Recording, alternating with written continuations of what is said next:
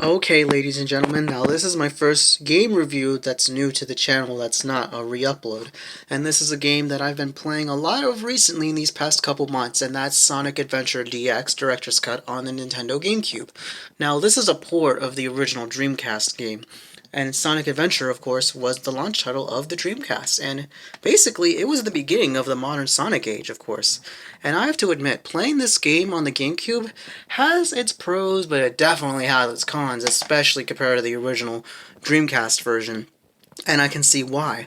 There are lots of glitches, the camera's terrible, and, well, the graphics look a little weird. The character models look shiny at times, and the lighting can be a little disoriented, while in the Dreamcast version it's a lot more evened out. But at least the models weren't, weird looking in this time around, at least when it comes to the design-wise, but the shiny part, I do have to admit, was not that good. But the game itself, the rest of it, if you ignore all the flaws, you gotta look at all the good parts. For example, the story is very convoluted, but I think it's still good.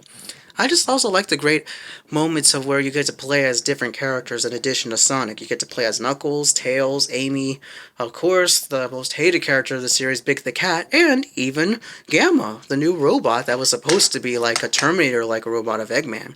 But of course, spoiler alert, the saddest part of the game is that Gamma dies and gets replaced by another, robot with feelings called Omega in the next few games, mainly Sonic Heroes, of course.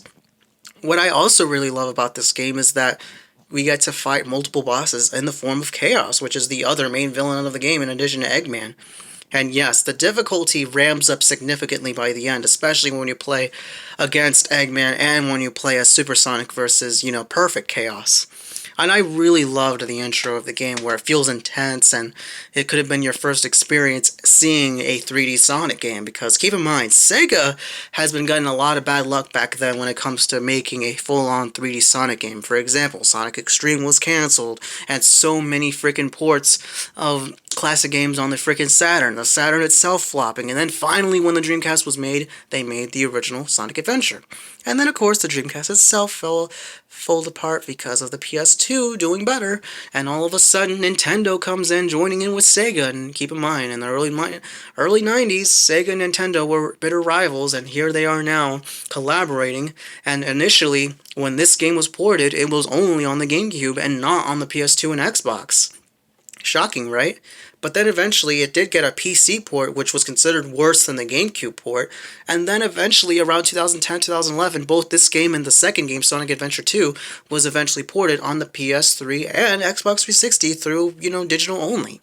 And then eventually, from what I've heard, it was ported to Steam, and then eventually a lot of gamers modded the game themselves. And I'm thinking about trying the modded game eventually, once when I save up enough money to try my own gaming laptop, and I'll let you all know when that turns out. But I really like this cover art. This 3D model of Sonic and then the first form of Chaos looks really nice. I also really like these early 3D designs of Sonic. If you flip in the back, see, look, there's Eggman right there. See, look, 30 massive levels with all these characters. You'll see Tails and Gamma.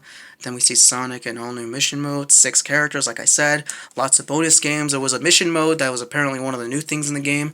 And look, what's also really interesting about this game is that you get to connect the Game Boy Advance cable, and look at that right here. You can play different Sonic games with the tiny Chow. And what's also really good about this game are all the Game Gear games that you get to collect when you get all the emblems.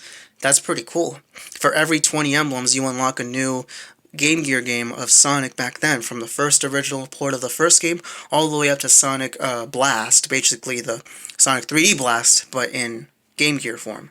So there's a lot to do in this game, and I already pretty much beat everything, minus, of course, all the emblems, because, Big the Cat's fishing and the Chow races are by far the worst parts, or at least the most difficult.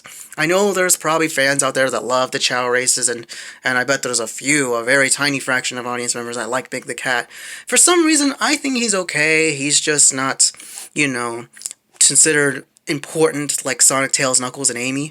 And as for Gamma, because he was only in this game, and I think he was referenced in a couple other games, I guess you could say that Gamma and Big the Cat were the only exclusives in this game, along with all the ports and the original Dreamcast version. But yeah, There's a lot to say about this game, but I'm just pinpointing all the most obvious things about this game, and the fact that this game is really hard to find in GameCube form, and as for the original Dreamcast game, it's so damn expensive to find on eBay and every other site. Hell, it's even more expensive when you get the friggin' original, black label of the GameCube game, because it always has a player's choice, because every player's choice copy of whatever GameCube game is bound to be cheaper, or at least a little bit cheaper than the original black label. And plus, like I said, only 4, when really that's not true, because it was, of course, originally on Dreamcast, eventually ported on PC.